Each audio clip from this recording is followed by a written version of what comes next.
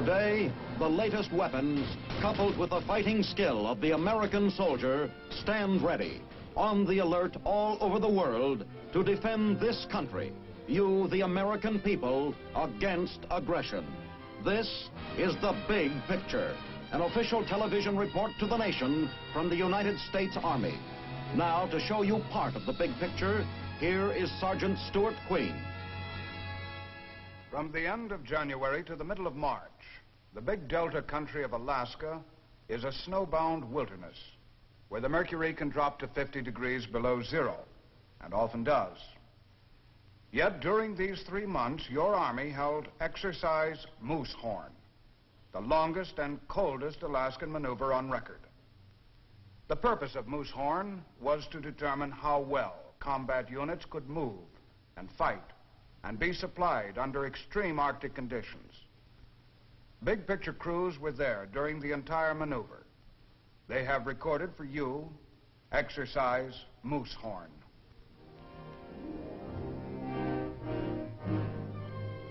Moosehorn was held in Alaska, and Alaska in the summer is a pleasant place. A hot Arctic sun sits in the sky 19 hours a day. Crops can be harvested. Cool mountain streams flow down to the sea. Wildlife abounds. The coast is 3,000 miles longer than the United States coast. Here, colonies of fur-bearing seals sport on the rocky shore.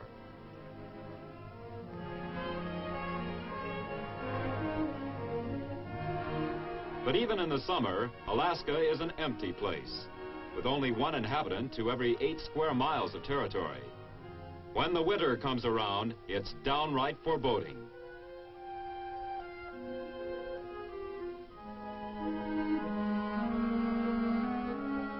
Civilization in the Arctic is a difficult proposition. The only people who over the centuries have adjusted to Arctic living are the Eskimos. Here, dire necessity was in fact the mother of invention. To travel, the Eskimo invented the dog sled and the lightweight, skin-covered kayak. He invented the harpoon with a detachable head to capture the sea animals upon which his winter existence depended. Fishing is the occupation of women and children, and fish is one of the staples of the Eskimo diet. Fully tailored fur garments, complete with hood and mittens, is another Eskimo achievement.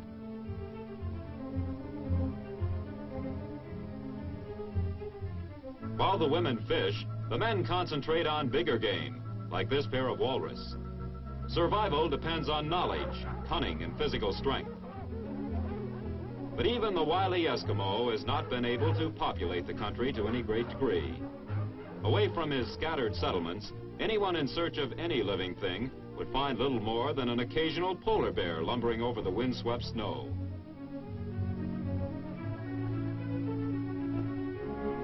But Alaska is huge. Superimposed over a map of the United States, it extends from the Atlantic Ocean almost to the Pacific, and from the Canadian border down to Mexico. So Alaska is big and empty and cold, but it is also vitally important to the defense of the United States. Its geographical position places it directly astride any logical Arctic invasion route. This fact was made painfully clear in World War II when the Japanese invaded the Aleutians. Alaska was the only part of the Western Hemisphere so invaded. And we must remember that Russia is right across the Bering Strait, only 56 miles away from the tip of the Seward Peninsula. At such close quarters, the Cold War has become a real factor in Alaskan life, and Alaska itself has become the western end of our Arctic rampart. But the defense of a huge snow-swept wilderness presents tremendous problems. Men must be specially trained. Here at the Army Ski School at Camp Hale, Colorado, a group of soldiers become acquainted with the basic method of over-snow movement, ski.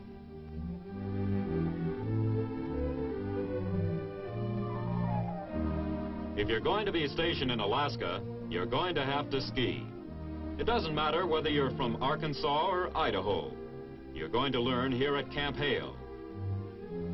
An instructor demonstrates the proper method of skiing on the level.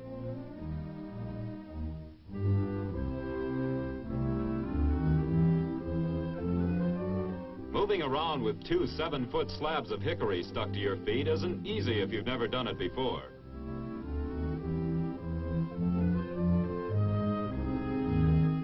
But once you get the hang of it, chances are you'll become a ski enthusiast and gain a lifetime of pleasure from an exhilarating sport.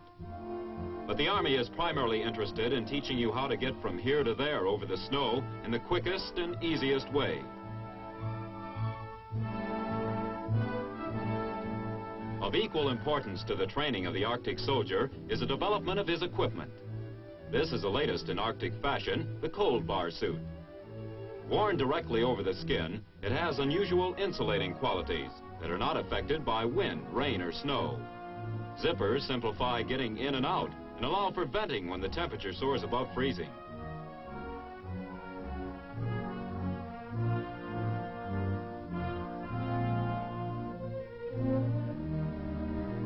The suit is made of rubber-like foam plastic, covered with a water-resistant nylon shell. Together, they make for near-perfect insulation. The new Arctic boot is a rubber-fabricated combat boot. Fine woolen fleece is sandwiched between a seamless rubber inner lining and a tough white rubber carcass. A projection to hold ski bindings and a non-skid tread complete the Arctic features of the new boot.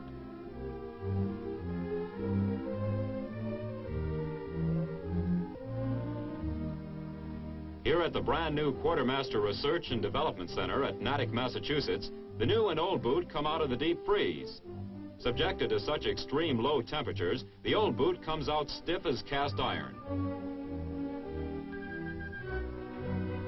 While at the same temperatures, the new boot retains its original flexibility.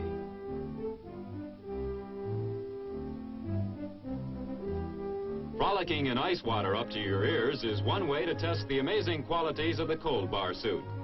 Will keep a man afloat indefinitely and warm and dry in ice water for periods up to 20 minutes. A special consultant to the Quartermaster Corps, the famed Arctic explorer, Sir Hubert Wilkins, is pleased to find the men warm and dry inside.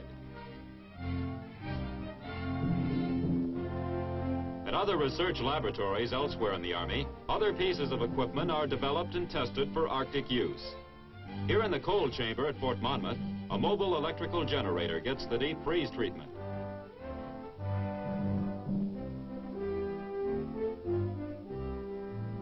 The technicians take the chamber down to 65 degrees below zero. And the generator still kicks over. But no matter how much they torture equipment in a test chamber, it is still a controlled experiment. It is never quite the same as under field conditions. The real test is the large-scale tactical maneuver. Such was Exercise Moosehorn. In the middle of the Arctic winter, 7,000 soldiers head for one of the world's coldest spots, only 165 miles from the Arctic Circle, Fort Greely, Alaska. 6 combat battalions from Alaskan bases and 1 from Fort Lewis, Washington, are going to find out for future reference just how tough it is to move and fight and resupply large tactical units under adverse Arctic conditions.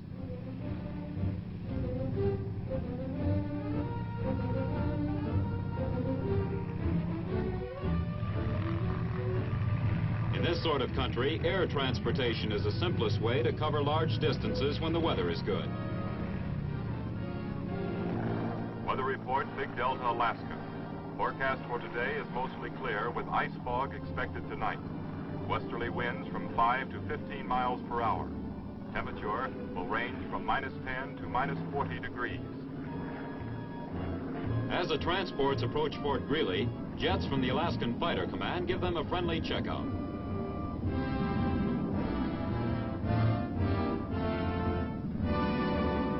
Down at Fort Greely in the Big Delta region of Alaska, preparations for Exercise Moosehorn are well underway. The maneuver directors attend a briefing. Exercise Moosehorn will be conducted on undeveloped Arctic terrain. The existing road net will not be utilized. Supply by air and by overland transport will be compared and evaluated. Ability of units to deliver timely and accurate fire will be determined. So this was Alaska. The airport apron at Greeley looked like Grand Central Station during the rush hour. Alaska may be big and empty, but we sure weren't alone up here now. It wasn't long before we got the word. Maneuver situation. Aggressor forces of unknown strength have made airborne landings north of the Alaskan range. An aggressor airborne unit has seized Delta Junction. 2 battalion combat teams will immediately engage the aggressor forces and destroy them. That was our mission. But troop transports weren't the only aircraft stopping at Fort Greely, and the tactical maneuvering of troops wasn't the only mission. One of the primary purposes of Exercise Moosehorn was to determine the most effective method of resupplying large combat units under adverse Arctic conditions. Tons of material started coming into Fort Greely. The 54th Squadron, the Eager Beavers, did yeoman duty bringing the supplies in. To keep a modern mechanized column on the move takes a literal lake of gasoline. In this terrain with a blanket of snow, you can't expect to get more than about 1.5 miles on a gallon of gas. Even in a Weasel, the lightest over snow vehicle, a full tank won't let you get 100 miles. Here, where resupply is most important, it is also most difficult.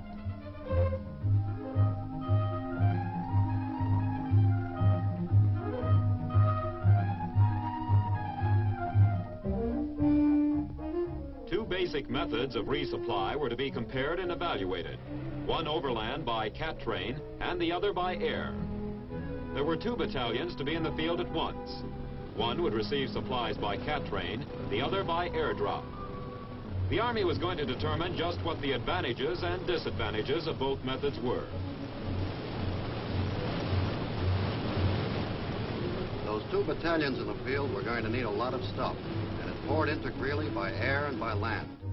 A truck convoy 40 miles long came up the Alcan Highway from the United States.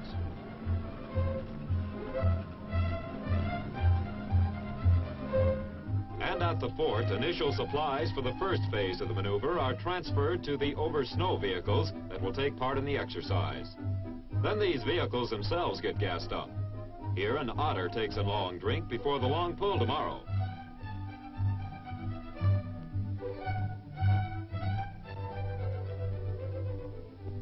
Tankers get their vehicles ready for the big push ahead. Gas tanks are topped off, final checks are made.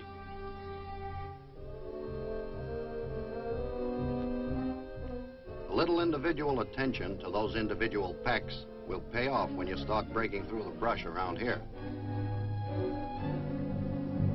In the Arctic, the equipment for a squad of men is carried in an improved plastic version of the Eskimos' Akio, the 200-pound sled. The specially designed Arctic tent goes in first. That's your winter home. It's the heaviest, and when it's up, 10 people live in it. Sea rations and that most welcome piece of equipment, the Yukon stove, get loaded in next. Otter equipment follows. Then everything gets lashed down good. What you carry on your person is pretty important up here, too. Sounds like the wrong end of the world, but chapstick, dark glasses, and sunburn cream are as necessary here as they are on a tropic shore. Other items like waterproof matches, chemical fire starters, and candles can keep things pretty cozy inside an Arctic tent.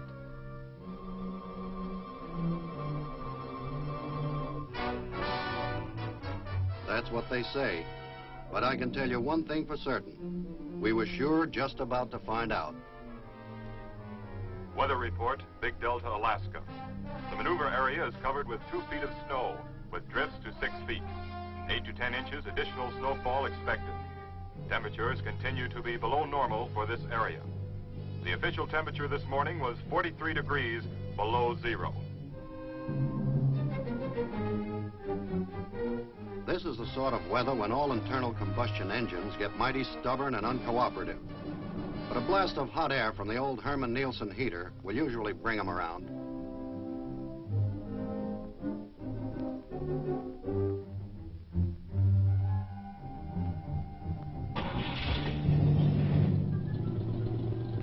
she goes, hurrying just like the old bus back home.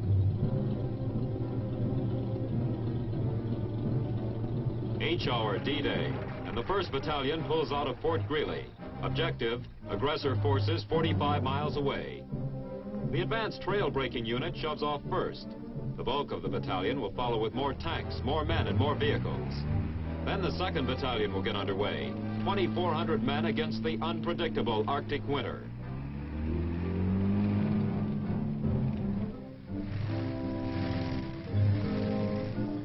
Maneuver plan. The exercise will be conducted on terrain that is representative of subarctic areas. The existing road net will not be utilized. So we used the Delta River. It's frozen solid, makes a nice highway.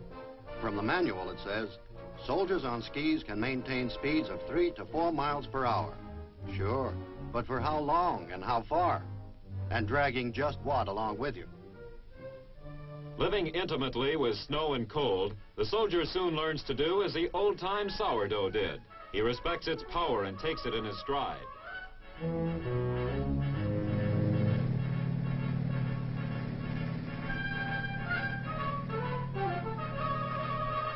Up here, you can't carry a canteen of water. It would freeze and burst. But when you ski and it's 20 below, your tongue gets dry. When your tongue gets dry, you get thirsty. And 10 parts of snow make only 1 part of water. Maneuver situation. The 1st Battalion made good progress today and is advancing on the aggressor-held positions near Donnelly's Dome.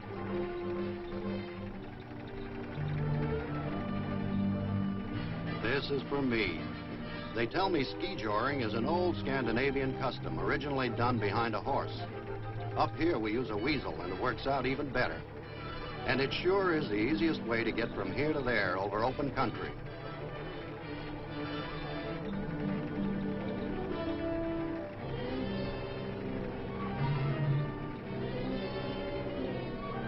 Under ideal conditions, you can make up to 20 miles an hour. The only hitch is, it's too easy. You're not working hard enough. Your body cools down and you can get a chill. So when the sergeant gives us the word to drop those lines, we have to move off on our own again.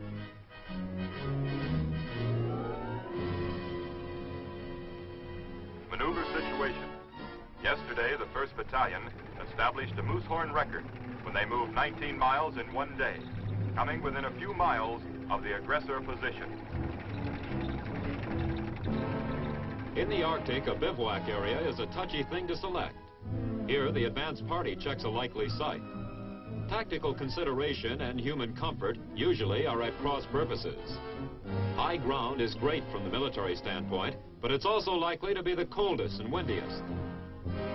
So the battalion moves into a stretch of evergreen forest that gives some protection from both elements and the enemy.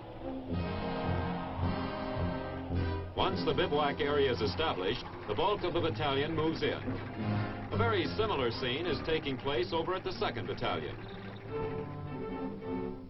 To prevent observation, the security elements surrounding the battalion construct lean-tos instead of using tents.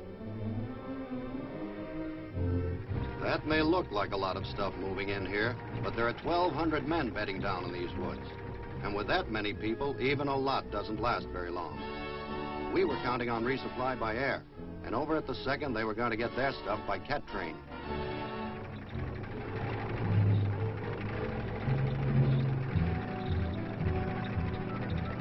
Maneuver situation.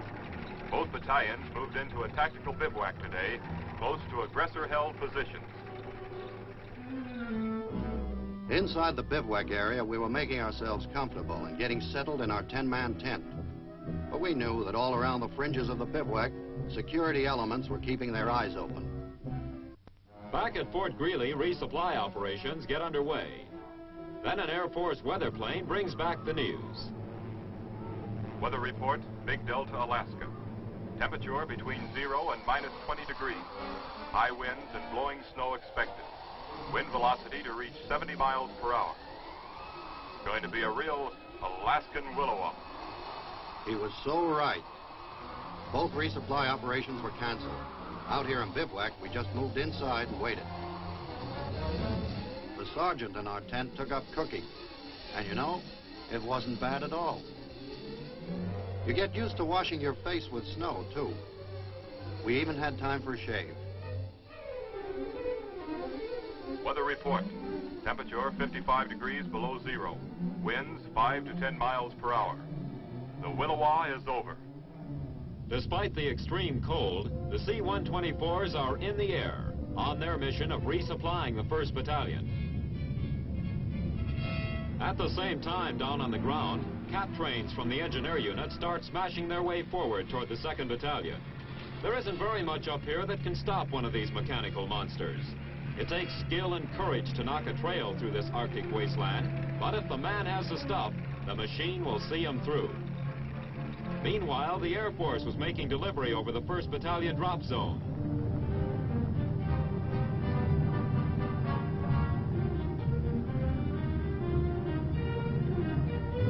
When you've been waiting for him, there's not a prettier sight in this world than a big old chute with a carton of rations dangling down below.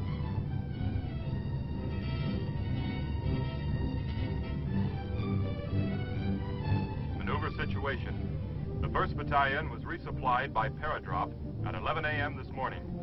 Landing on the drop zone were 2,000 sea rations, 2,000 assault packs, 6,800 gallons of gasoline, and 14,500 pounds of ammunition.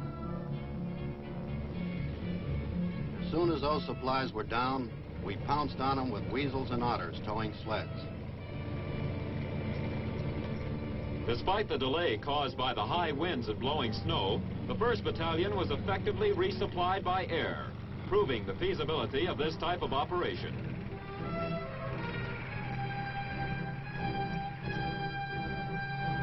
It was sometime later when the cat train started pulling into the 2nd Battalion bivouac area.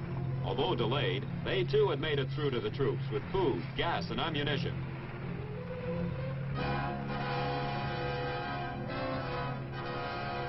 Maneuver plan. Supply by air and by overland transport will be compared and evaluated. Each one of these sleds can deliver 10 tons of material, and a bulldozer can pull 3 of them. These sleds are carrying 62 drums of gasoline. That can move a lot of equipment a long ways, even in this kind of a country. And the 2nd Battalion was pretty soon going to have to move.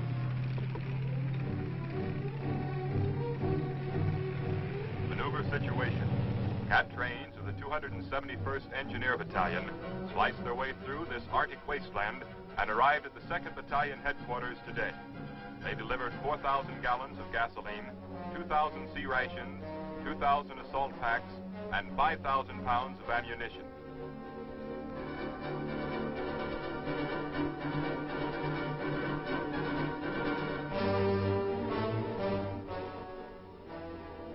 While we were unloading his cat train, the driver downed a cup of Java and told some tall tales about his trip.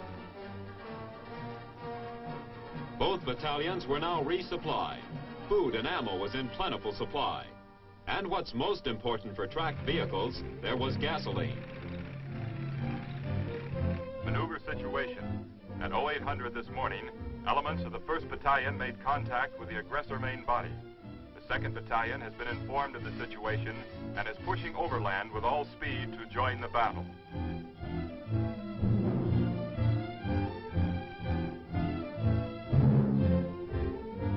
Maneuver plan.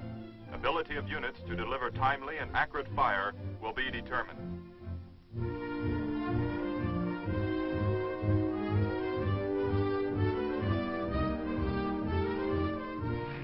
Maneuver situation.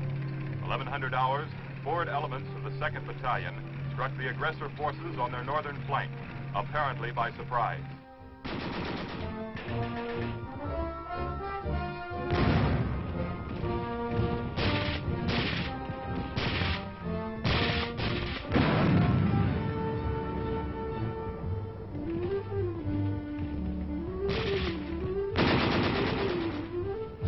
Maneuver situation, 1400 hours.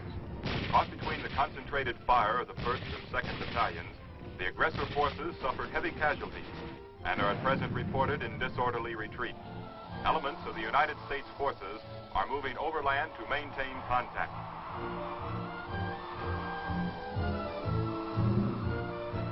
Simulated casualties from both U.S. battalions are being evacuated by the 57th Helicopter Evacuation Company from Fort Sam Houston, Texas.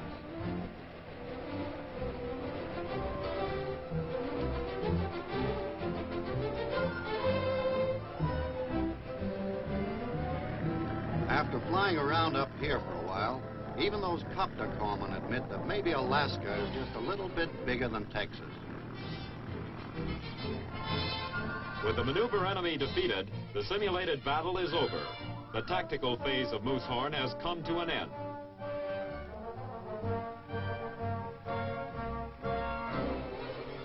On the way back to Greeley, we had time to think it over. And you know, we learned one big thing. We learned that we could live and move and even fight in the Arctic if we had to. But don't let anybody tell you it's a no-sweat proposition. Tired but successful, the Moosehorn veterans return to Fort Greely. Proudly, they pass in review. Moosehorn was the longest Army maneuver ever held in Alaska, and the biggest. Over half the Army forces stationed in Alaska participated. For the first time, troops from the United States were employed in an Alaska maneuver. An ambitious exercise has been a success.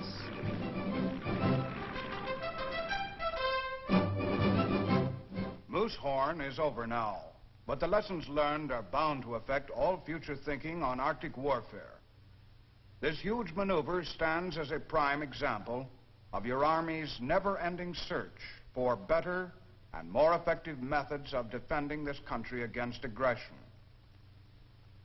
This is Sergeant Stuart Queen, inviting you to be with us again next week for another look at your Army in action on The Big Picture. The Big Picture is a weekly television report to the nation on the activities of the Army at home and overseas. Produced by the Army Pictorial Center, presented by the United States Army in cooperation with this station. You too can be an important part of the big picture. You can proudly serve with the best equipped, the best trained, the best fighting team in the world today, the United States Army.